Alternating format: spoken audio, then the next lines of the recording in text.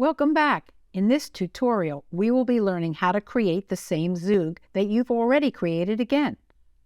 Now, let's head into the Zoog app and select from the Continue Reading section. I chose Winnie the Pooh, which I've read before. As I scroll down, I can see the chapters available, as well as the ability to send my existing creation to someone.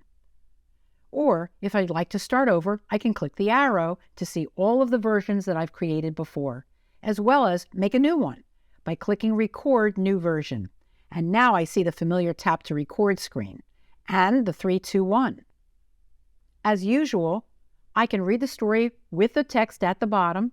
I can continue with the blue button. I can screenshot in order to save an image to my camera roll. I can also pause the recording and continue it when I'm ready by clicking Resume. After the 3, 2, 1, I'll keep reading. I can also click the X in the upper right-hand corner in order to either start over or delete this recording. All of the Zoogs I saved can be found in my Stories page. Thank you for watching and for using Zoog.